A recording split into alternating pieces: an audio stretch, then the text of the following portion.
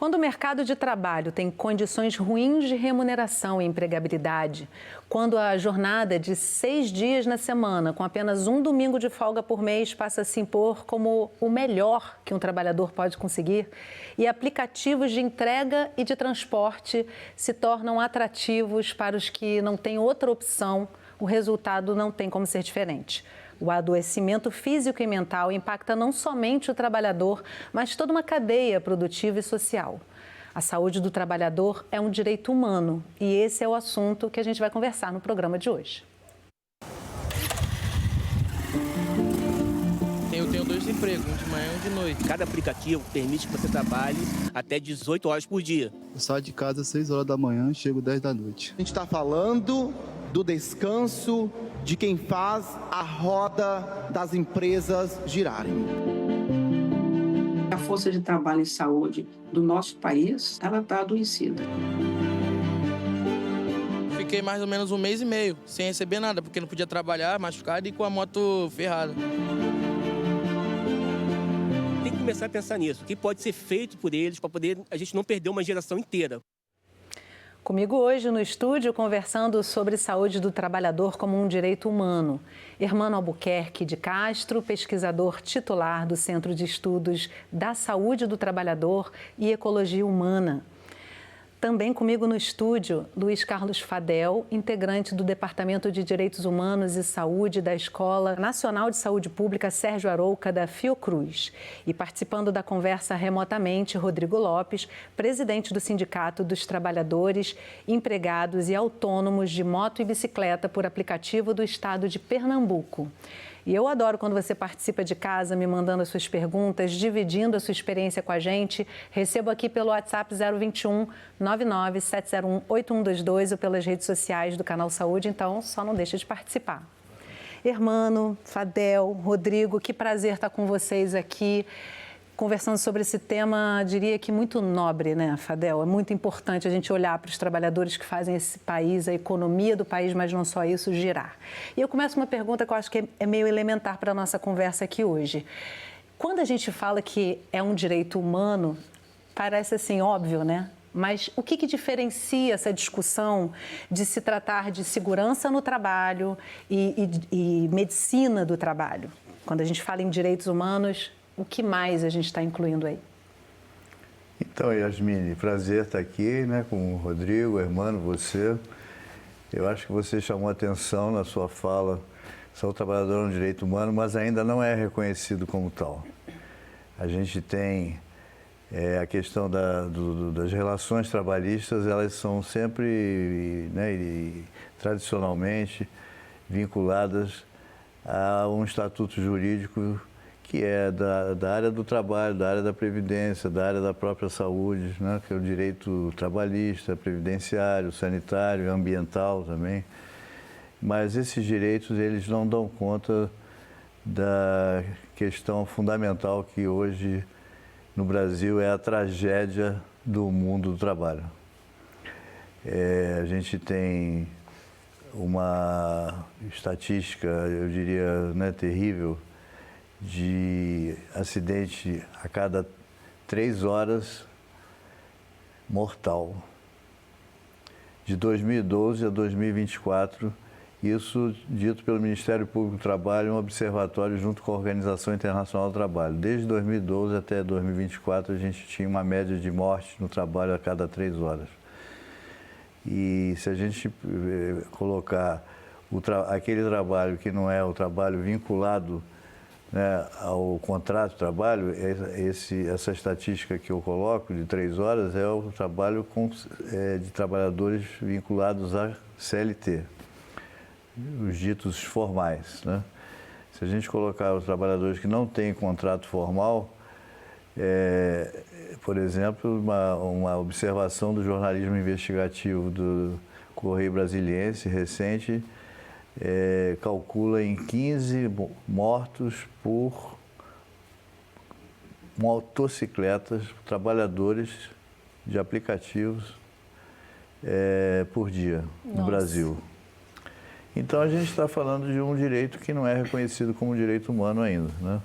Passa até pelo direito à vida, né? Exatamente. Que é o direito mais fundamental. É isso, é uma questão de a gente ampliar essa cobertura jurídica, o entendimento, né? Uma questão de um Estado de Direito que, né, que olha para o mundo do trabalho com uma ética que não existe da forma como está organizado hoje.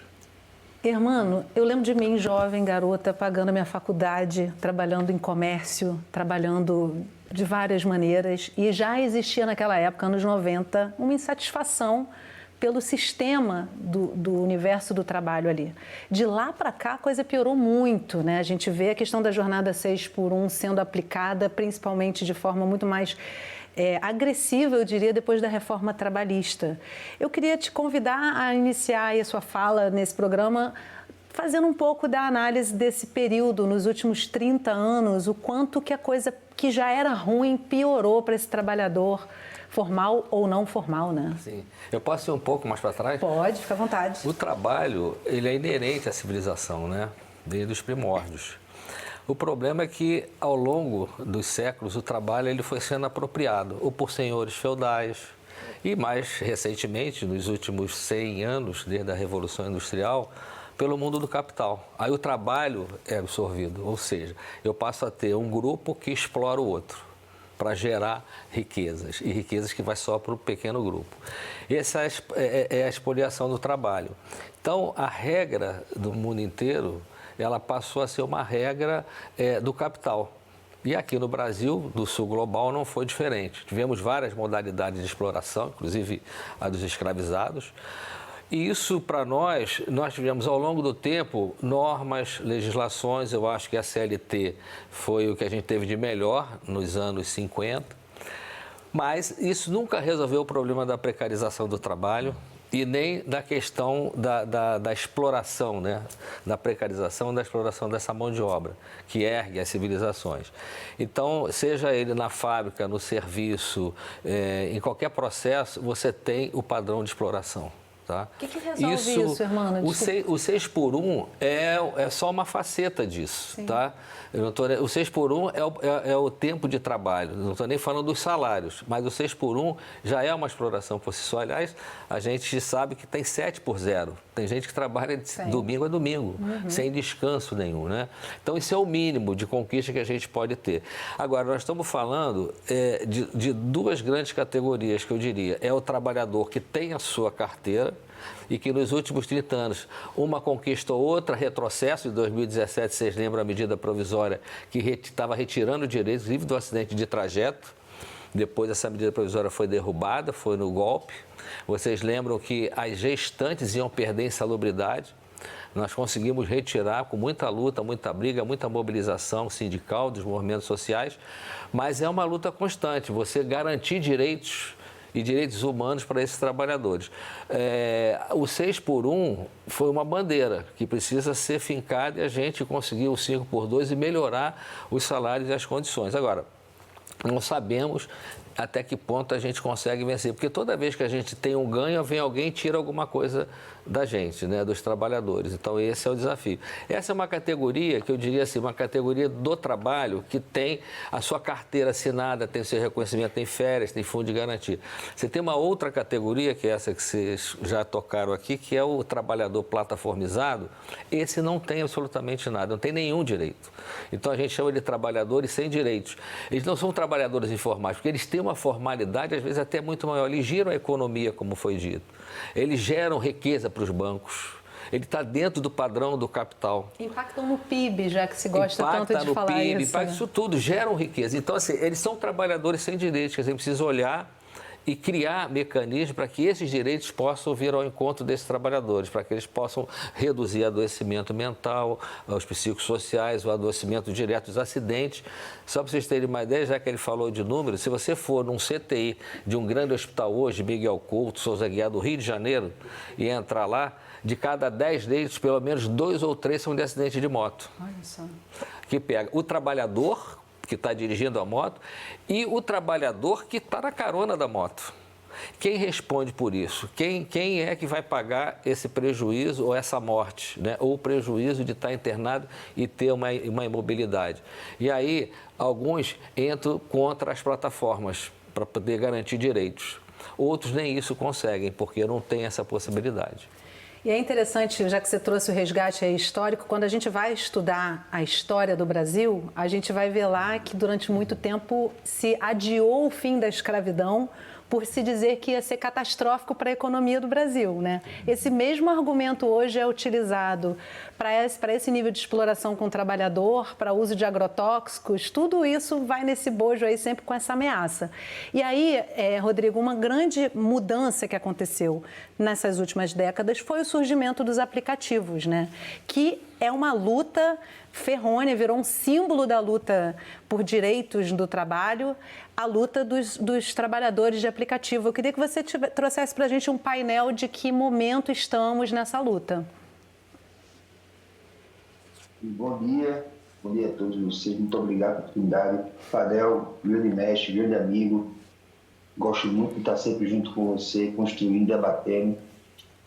Bom, ontem foi publicado o texto da minuta, né, do PL 152/25 da Comissão Especial que vai regulamentar os trabalhadores por aplicativo no Brasil, tanto de moto, de carro e de bicicleta, e futuros trabalhadores plataformizados.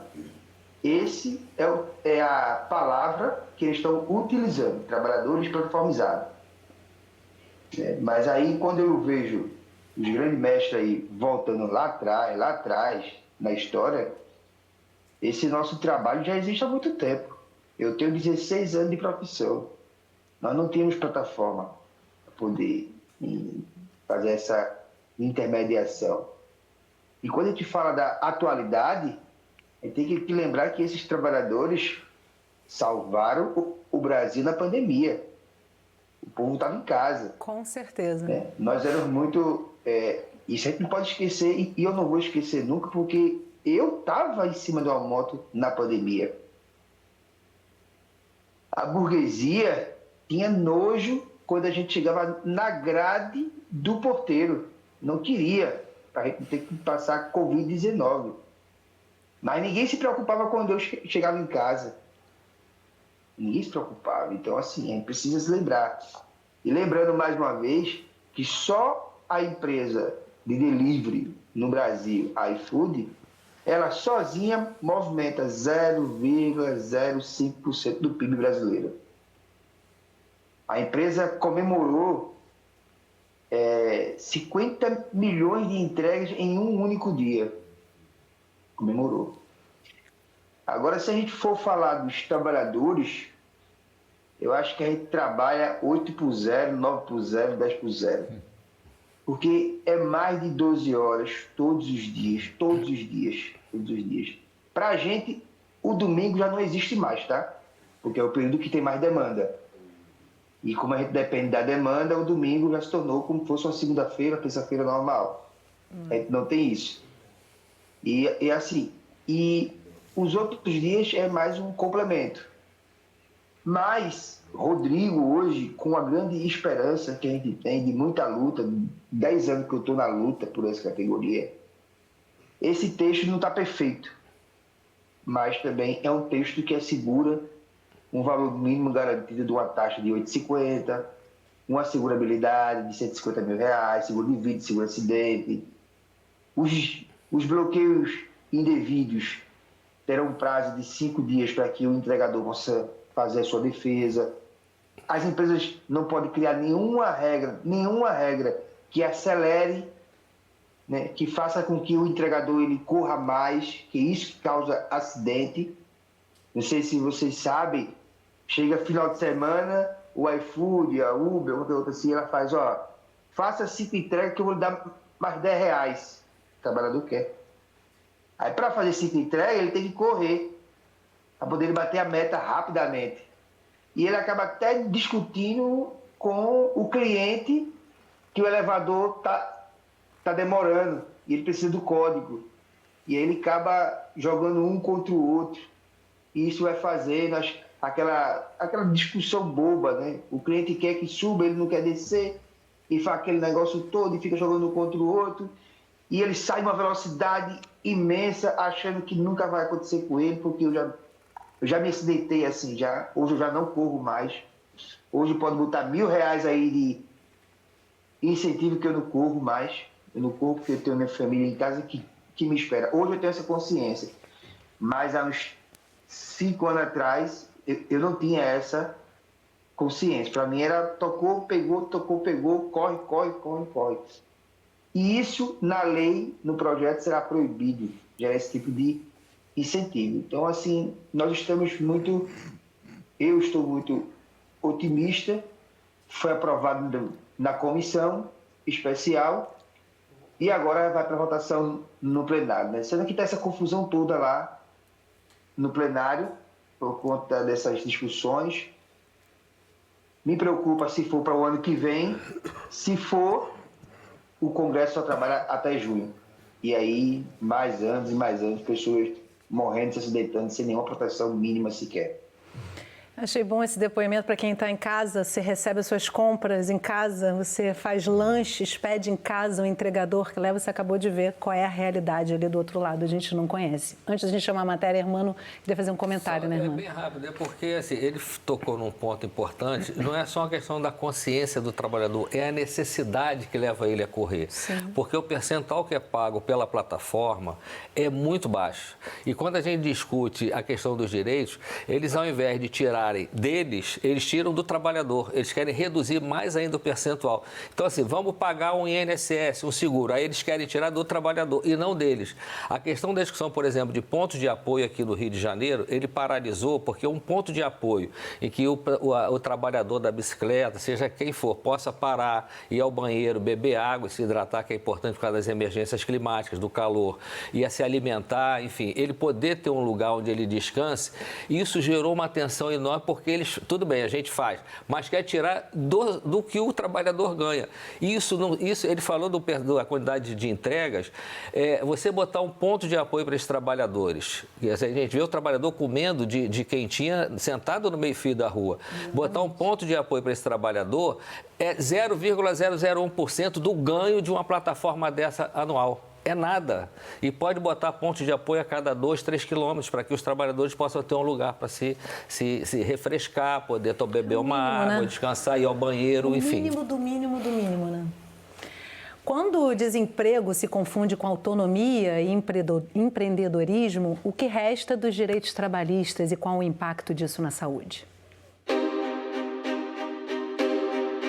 Trabalhar 6 dias na semana e descansar um é a realidade de muitos brasileiros. No caso do trabalho informal, a escala é ainda mais complexa. Muitas vezes, 7 dias por nenhum. E aí, Raí, tudo bem? Tudo bem com você? Prazer, Juliana. Desculpa estar te tirando rapidinho do seu trabalho para fazer essa entrevista com você. Me fala aí, quanto tempo assim na moto você fica diariamente? Eu saio de casa às 6 horas da manhã e chego 10 da noite.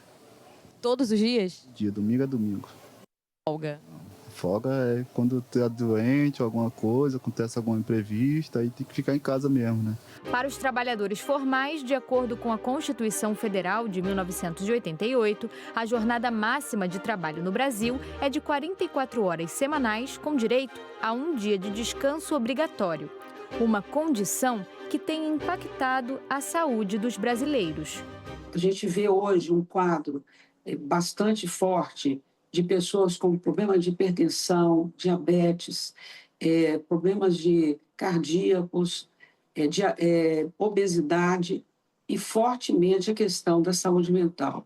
No caso específico dos trabalhadores da saúde, os dados preocupam.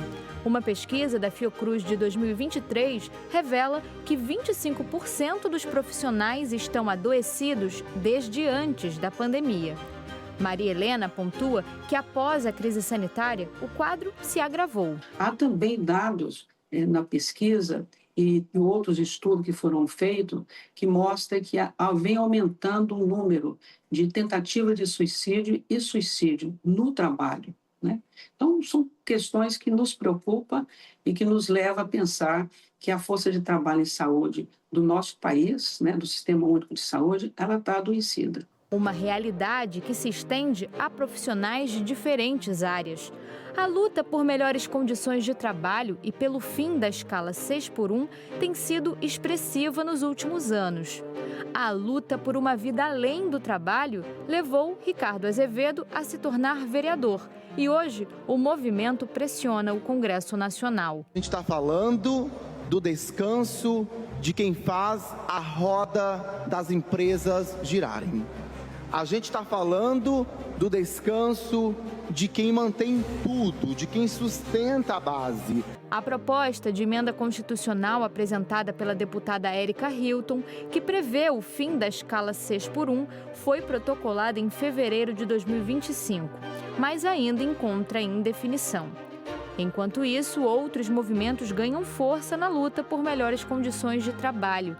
É o caso dos motoristas de aplicativo. Anderson Freitas é advogado do Sindicato dos Motoristas de Aplicativo do Estado do Rio de Janeiro e reflete sobre as longas jornadas desses trabalhadores. Cada aplicativo você pode trabalhar só 12 horas, tem que descansar 6 e trabalha mais 12. Então, na verdade, cada aplicativo permite que você trabalhe até 18 horas por dia. Você só pode descansar 6. Só que você desliga um aplicativo, você liga outro aplicativo. Então, enquanto o corpo aguenta, ele está trabalhando. Na verdade, ele trabalha além do que o corpo suporta. Se colocando muitas vezes em situações de risco, esses trabalhadores agora lutam pela regulamentação dos aplicativos. Ir aonde ninguém vai, que é uma da questão assim, mais preocupante, porque hoje o estado do Rio ele é um estado sitiado, então para ele poder ter uma renda melhor, ele tem que ir onde ninguém vai. A partir do momento que a empresa dá o valor do seu trabalho e lucra sobre esse valor, ela tem uma relação ali, ela tem um vínculo. Atualmente, o Anderson está auxiliando em um caso de um motorista que faleceu enquanto aguardava uma corrida. Esse é o terceiro caso. Ele, nesse caso, ele infartou dentro do aeroporto. E, por incrível que pareça, nenhum aplicativo deu qualquer suporte a ele. A questão principal é que isso não se repita. Que eles começam a perceber que existe um risco com a saúde do motorista, principalmente a saúde mental. A nossa questão agora é essa. Porque a pressão que eles estão exercendo na categoria está originando outras doenças. Você imagina um atleta que passa horas treinando com aquela alimentação rígida, com exercício, fazendo esse movimento, e um entregador que passa o dia inteiro sem qualquer apoio, sem qualquer ajuda. Então tem que começar a pensar nisso. O que pode ser feito por eles, como é que se pode cuidar deles, entendeu? Para poder a gente não perder uma geração inteira. Exatamente. Rodrigo, queria voltar com você, refletindo um pouco sobre a importância dos sindicatos, né? A reforma de 2017 impactou a questão dos sindicatos, que são organizações que podem se colocar à frente na defesa do trabalhador, né? Principalmente esse que é considerado informal e não deveria ser.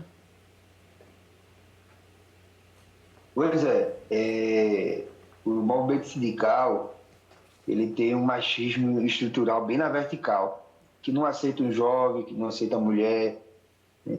E aí, quando chega um jovem, igual a minha aqui, querendo trabalhar, querendo construir, fortalecer, aí vem um sindicalista, né? Não, eu tenho 50 anos de sindicato, quem é você aqui na frente? E não sei o quê. Aí começa a escantear você, começa a querer diminuir você.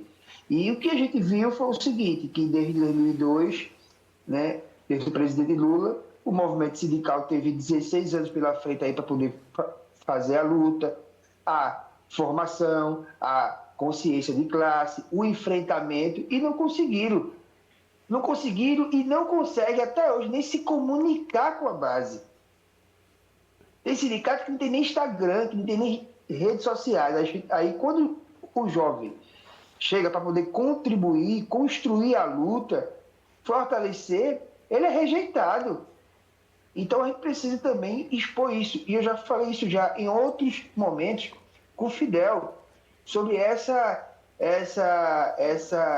hierarquia que eles fazem, né? Lógico, não são todos os sindicatos. Tem sindicalistas que eu sou fanático, me ensinaram muito, né? Faço parte da CUT, fiz o FFC, me formei, estudei, aprendi muito, muito, muito.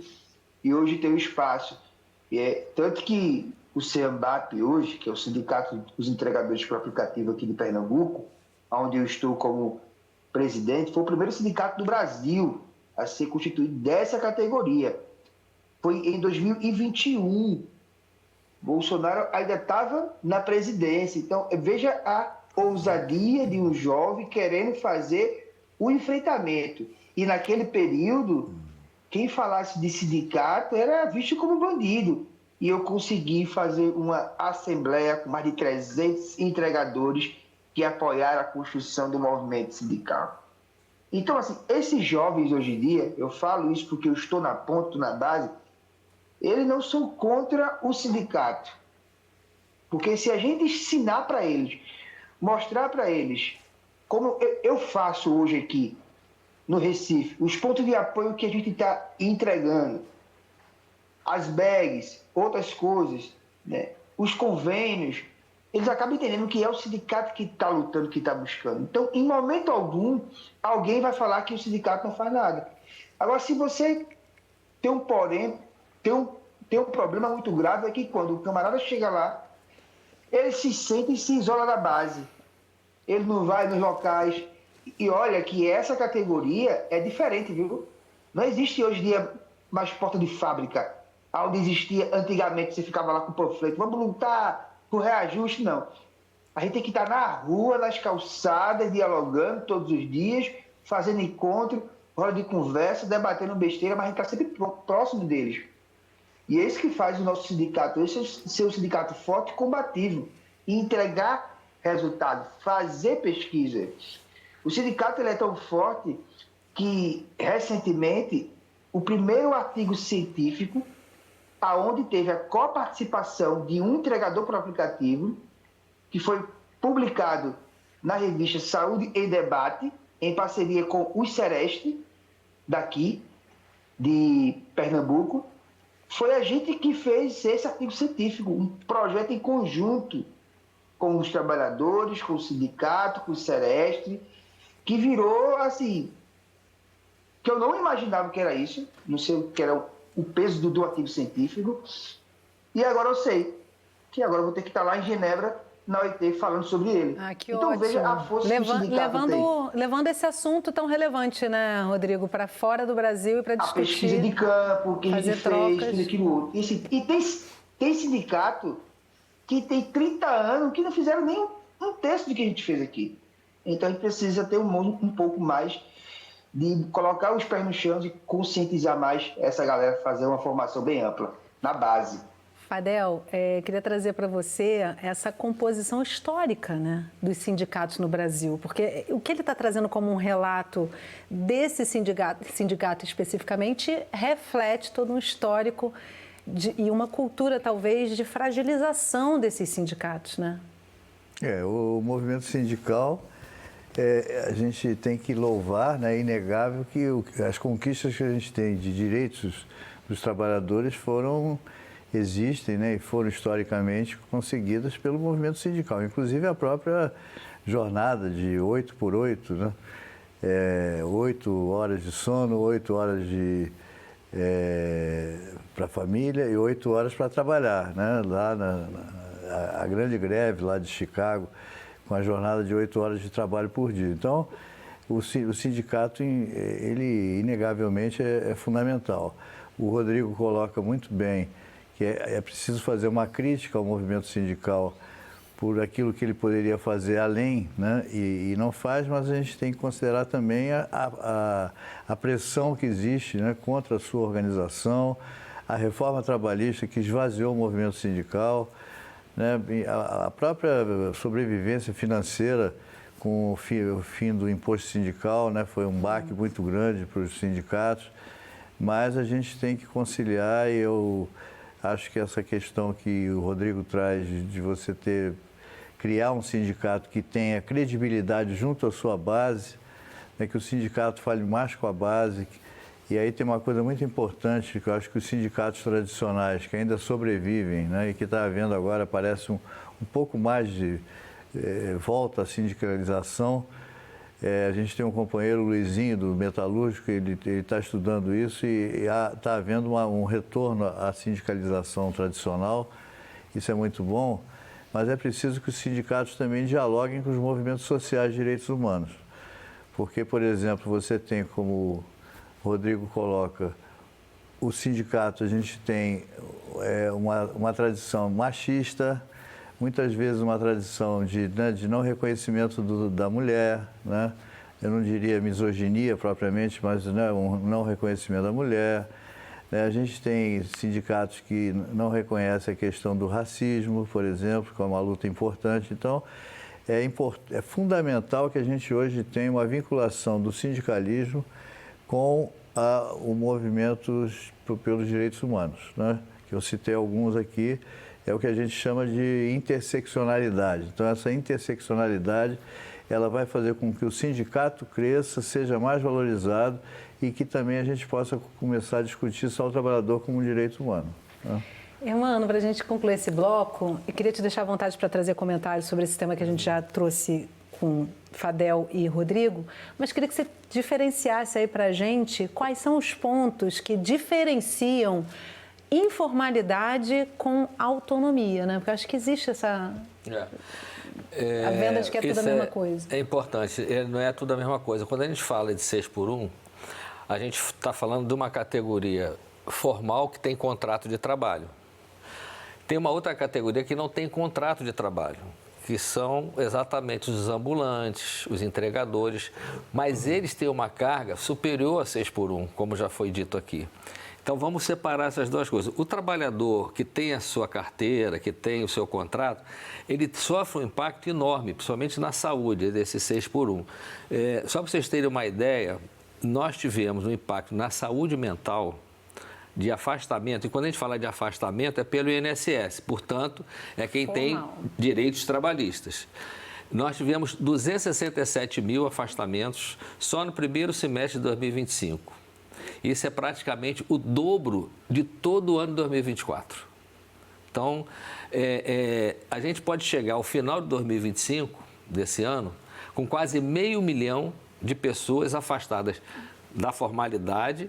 E aí, o outro 500 mil, provavelmente, ou mais, deve ser a invisibilidade daqueles que não têm direitos, dos que não têm INSS, mas podemos chegar a 500 mil de afastamentos por burnout, ansiedade, estresse, são situações de saúde mental que levam ao afastamento.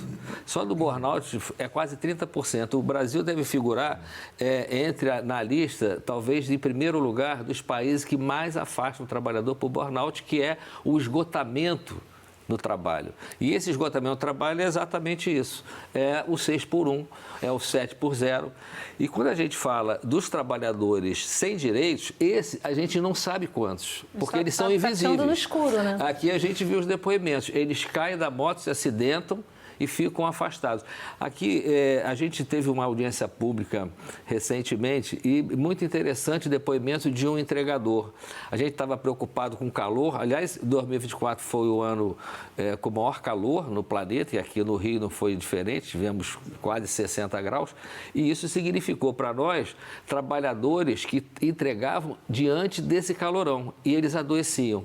Tinham insuficiência renal, desidratação, insolação. Tivemos 2 óbitos Aliás, tivemos um óbito de uma menina numa fila de um show, né, de uma cantora. Falta de água, então, né? isso significou assim, vamos olhar para isso, né? É preciso olhar. Esses trabalhadores estão submetidos, além da carga horária, a uma situação de mudança e de emergência climáticas terríveis. Ou no calorão, ou quando chove, com a perna na água, com risco de leptospirose e tantas outras doenças. Então, você tem um agravo enorme diante dessa população sem direitos hoje. E é importante porque quando a gente está discutindo com a régua dos direitos tão baixas assim, né, irmão? Fica difícil discutir outras coisas que são muito importantes, mas que em comparação não. Você está muito sortudo, você trabalha 6 por 1, mas você tem direitos garantidos. Vamos fazer um intervalo rapidinho e a gente já volta. Não sai daí.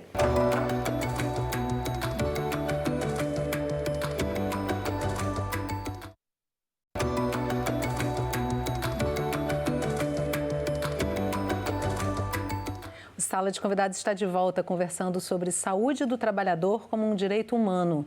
Comigo no estúdio para essa conversa, Hermano Albuquerque de Castro, pesquisador titular do Centro de Estudos da Saúde do Trabalhador e Ecologia Humana da Escola Nacional de Saúde Pública Sérgio Arouca da Fiocruz. Também comigo aqui no estúdio, Luiz Carlos Fadel, integrante do Departamento de Direitos Humanos e Saúde da Escola Nacional de Saúde Pública Sérgio Arouca da Fiocruz. E participando dessa conversa remotamente, Rodrigo Lopes, presidente do Sindicato dos Trabalhadores e Entregadores e Autônomos de Moto e Bicicleta por Aplicativo do Estado de Pernambuco. E você ainda pode participar do programa de hoje. Manda suas perguntas, seus comentários para mim pelo WhatsApp 021 99701 8122 ou pelas redes sociais do Canal Saúde. Trabalhadores de aplicativo de entrega e de transporte se tornaram um retrato da precarização. Anderson Leles trabalha há mais de 4 anos como entregador de aplicativo. Ganha entre R$ 8 e R$ 25 por corrida e realiza cerca de 24 corridas a cada dia. Para baixar entregando com quentinha, comida, remédio. Para conversar com ele, teve que ser jogo rápido para não comprometer nenhuma entrega. Sua jornada de trabalho, assim, quantas horas por dia? Depende. Eu tenho 2 empregos, um de manhã e um de noite. Aí acaba que eu trabalho mais de 12 horas na rua de moto. São 2 aplicativos de entrega. O que leva para esses aplicativos diferentes é a renda. Que aí é a renda que a gente faz. Que é, por mim, eu ganho por entrega. Então, eu fazendo as entregas, eu vou ganhando e mais a minha diária, entendeu? Eu perguntei sobre as garantias dele. Garantia eu não tenho nada. Se eu não pagar o MEI, que é tipo um INSS, eu não vou ter nada de garantia. Se eu cair, se machucar, eu não vou receber nada do governo, entendeu? E você já aconteceu de você se acidentar?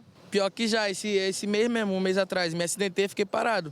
Eu dei sorte que eu tinha dinheiro guardado, porque senão a gente ia ficar sem receber nada. E você ficou sem receber quanto tempo? Eu fiquei mais ou menos 1 mês e meio, sem receber nada, porque não podia trabalhar, machucado e com a moto ferrada. Na rotina do Anderson, não sobra tempo para a saúde. Às vezes eu tenho folga, às vezes eu não tenho folga. Quando eu tenho folga, eu pretendo ir fazer um check-up, tirar um raio-x para ver como é que tá as coisas, ainda mais quando eu caí agora, 1 mês e meio. Mas é muito difícil a gente ter tempo para ir no hospital, essas coisas. O que você mais teme, assim, no seu trabalho? É isso acontecer, de cair, se machucar. Tem que ter maior atenção no trânsito, porque, querendo ou não, a atenção é redobrada, tanto da gente quanto do motorista que está vindo também. O que você sonha em fazer, mas que não cabe no seu horário? É poder ter um trabalho melhor, né? Poder estudar mais um pouquinho, poder trabalhar, mas o tempo não deixa, porque se a gente não trabalhar, a gente não vai ter dinheiro. O que você gostaria de estudar? Eu desde quando eu estava na escola, eu gostaria de fazer engenharia civil. E não faz por causa do tempo, por causa do dinheiro? Isso aí mesmo. Eu perguntei qual é a parte da vida dele que mais se prejudica com a falta de tempo. A família. Quando é de noite assim, fica longe da família tal, só eu na pista, às vezes chove, mó frio, aí dá mó tristeza. Se você pudesse mudar algo na sua profissão, o que você mudaria? Querendo ou não, a gente podia ter mais folga, a gente podia ser mais respeitado no trânsito. Mais direitos, então?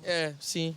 Olha, muito obrigada por falar com a gente. Eu não vou te segurar mais, porque a gente está aqui no horário de trabalho do Anderson. Anderson, boas entregas para você. Tudo de bom, viu?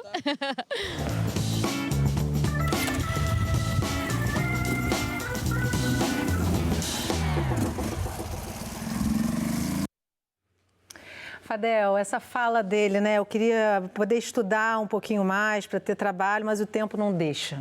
E aí, até voltando aqui para o meu compartilhamento de experiência, mesmo para quem está numa jornada 6x1 hoje, está meio difícil estudar. Porque a criatura sai de casa super cedo, não faz só 8 horas de trabalho, vamos falar sério, porque muitas vezes faz um monte de hora extra e não recebe, fica em banco de horas e a pessoa não consegue estudar, né? Então, a sociedade vai perdendo com isso, né? Porque essa pessoa ele podia ser um engenheiro e a sociedade ia ganhar com isso também, né? Então, quando a gente considera essa relação de trabalho de uma maneira geral como um direito humano, essas questões, elas com certeza elas vão vir à tona, né? E aí você tem uma participação de um Estado que se preocupe não só com o trabalho, como com a educação das pessoas, evidentemente, né? A gente costuma dizer que um Estado que abandona suas crianças e seus trabalhadores não é um Estado que a gente possa considerar como um Estado provedor, um Estado de direito. As crianças no Brasil também, elas são tratadas, né, de forma completamente inadequada, enfim. É lastimável. A gente hoje vê, por exemplo, essa questão do feminicídio, que ainda bem que está tendo hoje uma repercussão maior na mídia, né, e uma certa reação da sociedade, mas o feminicídio, que é uma tragédia social, né, o que está em jogo aí é o Estado de Direito, né? E a gente pode colocar essa relação do trabalho também, como os números que a gente citou aqui anteriormente, que é outra tragédia. Então a gente tem hoje a gente tem uma sucessão de tragédias, né? A gente pode escolher a tragédia de estimação que vai escolher para levar a sua luta, já que o Estado ele não toma uma atitude. Enfim, a gente tem um Congresso que está preocupado com outras questões, né, corporativas, questões ideológicas de direita, de extrema-direita, enfim, disputando aí anistia para pessoas criminosas, enfim, e enquanto isso, um menino desse que quer estudar não consegue estudar porque não tem direito nenhum garantido, nem o direito formal trabalhista ele tem garantido, muito menos um direito humano. E por isso a gente tem que lutar pela saúde do trabalhador como um direito humano. Queria até assinalar aqui que a gente tentou trazer trabalhadores da escala 6x1 para poder ter divergentes, ideias diferentes nas matérias, mas a gente teve dificuldade de conseguir essa pessoa que vai se expor e vai falar que aquele trabalho, né, ainda tem isso, quando ele é formal, né, Hermano? Sim, ele acaba ficando tolhido disso. Mas eu queria também ressaltar que agora, na terça-feira, a CCJ, a Comissão de Constituição e Justiça do Senado, aprovou o projeto para a jornada 5x2, né? Você já tinha até citado isso brevemente.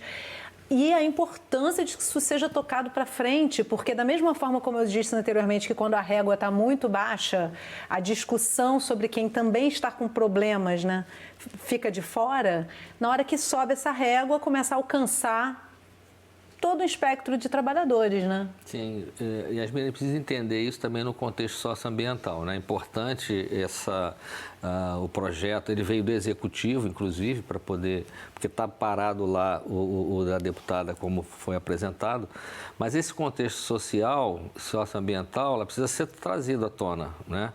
Normalmente, essas pessoas vêm de comunidades precarizadas, esses meninos são jogados ou para a violência, e a gente sabe que violência é essa que tem nessas comunidades, ou para o trabalho infantil. Muitos deles se colocam no trabalho infantil como vendedores, ambulantes, acompanhando os pais. Então, eles não têm oportunidade de uma inserção escolar, por exemplo, uma evasão escolar enorme que a gente tem no Estado e não tem uma política que possa prendê-los e levando para eles a alimentação, tudo que é necessário para uma criança se desenvolver. Então, muitos deles entram na adolescência já querendo sair para poder sobreviver. E acabam não conseguindo isso que ele fala. Ele queria ser um engenheiro civil, ele não consegue estudar, porque ele precisa se colocar no mercado, porque tem que sustentar muitas vezes a mãe que adoeceu, que também já é precarizada. Enfim, então isso é uma roda que gira em torno dessas populações vulnerabilizadas hoje, que estão nas comunidades de favela, que estão nos quilombolas, que não conseguem sobreviver diante de uma pressão de um capital enorme. Então, isso, para mim, é o contexto. O que a gente precisa agora é pensar como sair dessa encruzilhada, né?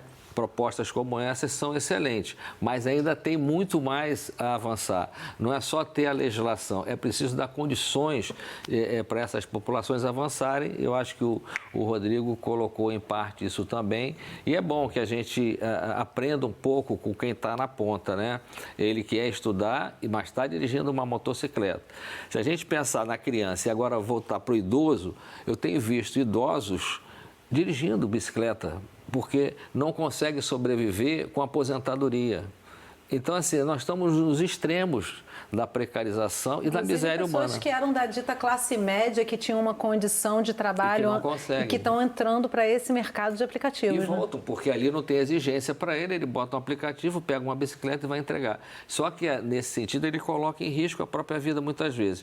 E isso, assim, só para ir finalizando aqui, a gente precisa tirar e desmistificar essa coisa do microempreendedor. Achar que quem dirige uma moto, uma bicicleta, bota para entregar ou quem é um microempreendedor. Não é. Ele é um explorado, é um trabalhador explorado como outro qualquer. E pior, sem direitos. Como a gente viu, se ele tiver um acidente, um tombo ou uma doença, ele vai se afastar e não vai ter nenhum direito. Se ele não tiver um suporte, uma rede dentro da comunidade, se ele tiver uma rede familiar que o sustente, ele entra exatamente naquela categoria que a gente não quer e quer tirar, que é da fome e da miséria, porque é isso que vai acontecer com essas famílias. Então, isso é um problema eu diria, ambiental, que tem a ver com os nossos ambientes que a gente hoje tanto preza, né? É um pouco esse o caminho. Com certeza. E cada vez mais empresas globais, presentes globalmente, estão lucrando em cima dessa venda de ideia de que você está empreendendo. É um empreendedor, é um microempreendedor. Inclusive, nas comunidades, a gente precisa levar esse debate, porque muitos desses jovens acham que esse é o caminho, que eu não preciso ter direito. Foram convencidos, né, Eles são convencidos de que é melhor do que ter uma carteira, do que ter um trabalho, do que ter algo que o garanta. O jovem é assim, né? Porque ele não consegue perceber a longevidade. Mas o Rodrigo relatou logo no início que ele, depois do acidente, agora eu preciso me cuidar. E ele também, né? Já tomou um tombo. Nossa, é verdade. Rodrigo, queria te convidar também a fazer comentários sobre tudo isso que a gente está trazendo aqui, mas você também tem olhado para o mundo enquanto modelos possíveis para o Brasil. Você consegue trazer para a gente uma referência internacional para essa questão da luta dos trabalhadores de aplicativo? Tenho sim. Mas deixa eu frisar um ponto bem importante sobre a educação. O Enem de 2024 teve mais de 4 milhões de participantes, jovens estudantes. Desses 4 milhões, apenas 12 conseguiram a nota 1000. Desses 12, apenas um estuda em escola pública, que foi lá o de Minas Gerais. Então, assim, E eu tenho um filho hoje de 17 anos. O meu filho hoje está terminando o ensino médio.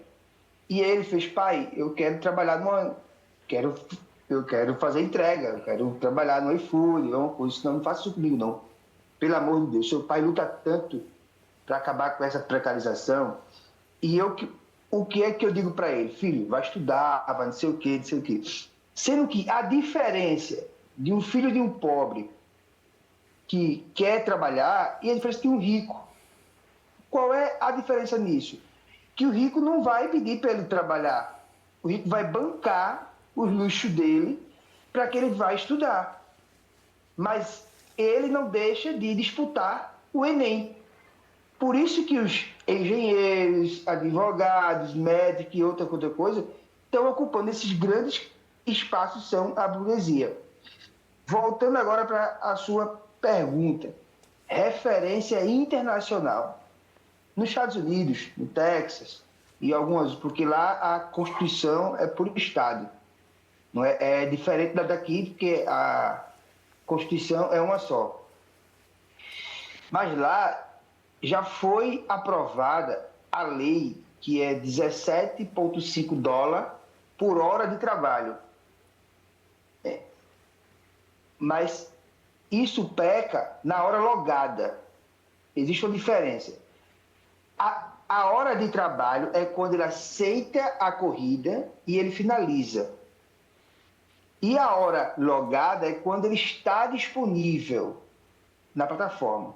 Para ele ficar disponível, ele precisa que as ferramentas de trabalho dele estejam boas condições, que é o celular, a internet, que quem paga é o trabalhador, o carro, a moto, a alimentação, suas vestes. Então, essa hora logada não está sendo mais considerado, e sim a hora trabalhada. Essa é uma grande referência, que foi o primeiro estado do primeiro país. Depois veio a Espanha, a Holanda, regulamentando nesse sentido. A Espanha, quando ela regulamentou pedindo o vínculo. Aí veio aquele discurso, né? Se regulamentar, vai embora. Aí a Uber foi embora. Mas depois voltou. Entendeu? e algumas empresas que permaneceram lá. Então, assim, sobre esse modelo de trabalho referente do mundo, eu sou totalmente contrário. Eu, Rodrigo, como pessoa. Mas, por que eu sou contrário? Porque eu entendo que se Fadel me contrata para eu ir para a casa dele, fazer uma análise sobre a pintura da casa dele, eu vou dar o meu preço. E aí ele contrata se ele quiser. Isso, para mim, é autonomia.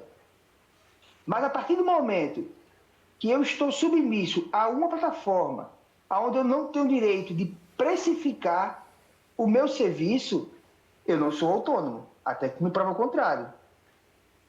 Mas a ideia que está sendo implementada na cabeça desses jovens, e eu fico até feliz que eu escutei um depoimento de um jovem querendo estudar, é que eles são autônomos. E isso já está caindo por terra, eu falo isso com muita segurança, que a base, ela não se sente mais como autonomia, ela se sente como trabalhador explorado. Isso no meu estado, tá? Na minha região. Por quê? Porque a gente faz uma formação muito grande. Quando a gente leva isso para dentro do Congresso, o lobby das empresas é muito grande. E o discurso que ela traz aqui, lá na Espanha não funcionou, a Uber foi embora, lá no Texas caiu, e é tudo mentira. E tudo mentira, porque a gente tem contato hoje com pessoas da Espanha, da Holanda, do Texas, a gente se comunica, a gente se fala. Tem uma confederação que é a ITF. Aqui na Colômbia foi regulamentado, na Argentina. Então, assim, Peru já está regulamentado. Então, assim, vários países estão se regulamentando. E eu tenho acesso a todas essas convenções coletivas e acordos coletivos que garantem que a hora logada ela tem que ser remunerada. Não sei se você já pediu Uber. Às vezes você pede o Uber quando vê o motorista já está na porta. 1 minuto, aí você acha que dava tempo, aí fica lá esperando. Aquele tempo que ele espera você descer do apartamento ou para você pegar o pedido, não está sendo remunerado, mas ele está à sua disposição, está à disposição da plataforma.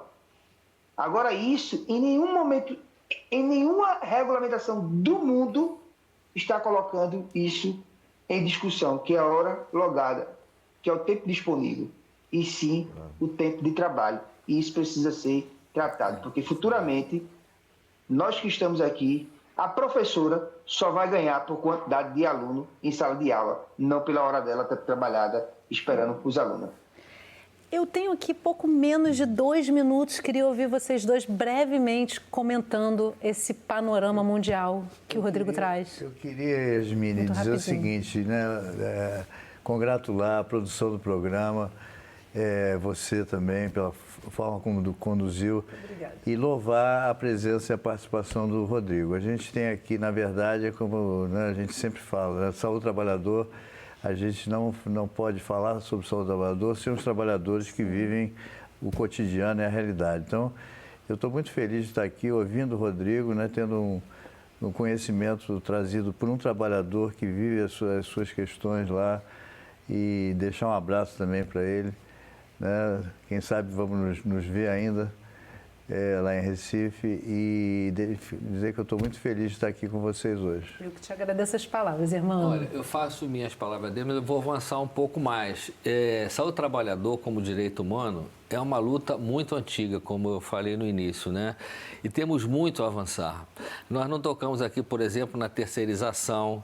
A saúde e a educação é onde mais tem terceirizados. É uma área central, saúde e educação, como política pública. 80% das pessoas que se afastam desse setor é por adoecimento e problema de saúde mental. E essa categoria, se você olhar no Estado brasileiro, boa parte delas são terceirizações.